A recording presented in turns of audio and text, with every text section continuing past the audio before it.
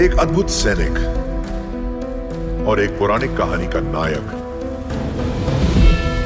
तुम्हारा भाई जिसे देवता मानते हैं, जब वो आएंगे, और वो जरूर आएंगे,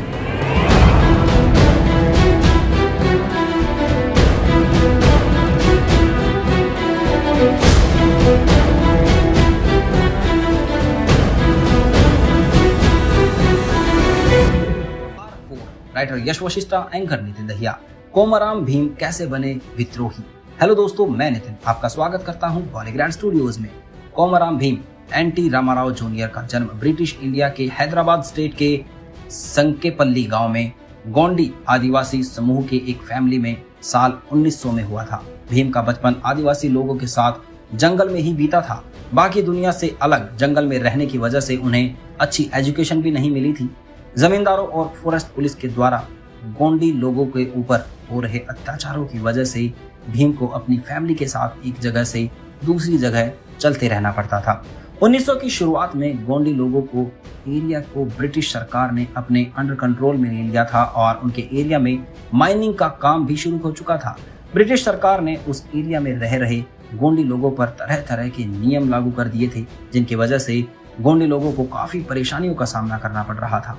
ब्रिटिश सरकार गोंडी लोगों के एरिया की जमीन को जमींदारों के किराए पर देने लगी थी, लेकिन जिसके बाद वो जमींदार गोंडी लोगों से उस जमीन पर खेती करने के बदले टैक्स लिया करते थे और टैक्स ना देने पाने पर ब्रिटिश सरकार के नियमों का पालन ना करने पर उन्हें बहुत टॉर्चर किया जाता था, जिसमें कभी कभी उनके हाथ या पैर भी काट दिए जाते थे। इस वजह से गोंडी लोगों ने उनके पारंपरिक गांव को छोड़कर एक जगह से दूसरी जगह घूमना पड़ता था। ब्रिटिश सरकार ने इन नियमों और जमींदारों के अत्याचार की वजह से उन लोगों के अंदर एक बदले की भावना आ जाती है, जिसके बाद गोंडू लोग ब्रिटिश सरकार को विरोध करने लगते हैं।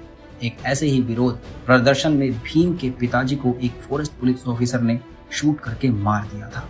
अपने पिता की डेथ के बाद भीम अपने परिवार के साथ संकेपल्ली छोड़कर सरदारपुर चला जाता है। सरदारपुर जाकर भीम अपनी फैमिली के साथ लक्ष्मण राव नाम के एक जमींदार की बंजर जमीन पर बस जाता है। वो लोग अपनी गुजर बसर करने के लिए उस जमीन पर खेती बाड़ी करने लगते हैं, लेकिन बाद में उन्हें भी टैक्स देना पड़ता है।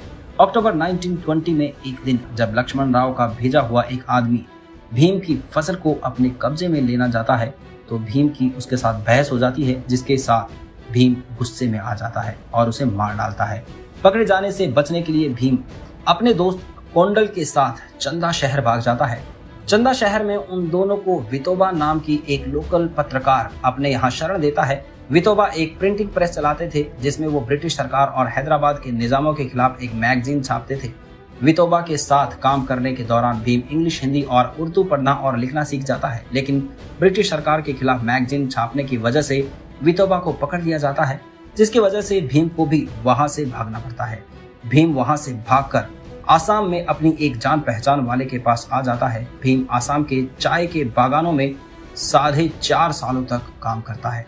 भीम बागानों में काम करने के दौरान भीम लेबर यूनियन की गतिविधियों में शामिल हो जाता है, जिसकी वजह से उसे अरेस्ट भी कर लिया जाता है। लेकिन भीम 4 दिन के भीतर उस जेल से भाग जाता है और मालगाड़ी में बैठकर वापस बहलहार शहर में लौट आता है और वहां से अपने परिवार के पास चला जाता है।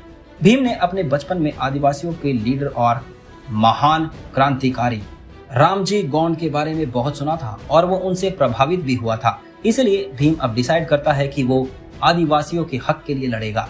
भीम अपने परिवार के साथ ककन घाट जाकर बस जाता है और वहां पर लाचू पटेल के लिए काम करने लगता है। लाचू पटेल देवदम नाम के एक गांव का लीडर था। असम में काम करने के एक्सपीरियंस और इंग्लिश भाषा की नॉलेज के इस्तेमाल करते हुए भीम लाचू पटेल को उसके एक जमीन विवाद को सुलझाने में उसकी मदद करता है, जिसकी वजह से आसपास के गांव में भीम का काफी नाम हो जाता है। तो भीम आगे क्या करेगा? क्या वो आदिवासियों को उनका हक दिला पाएगा? जानेंगे इस वीडियो के अगले पार्ट में। धन्यवाद।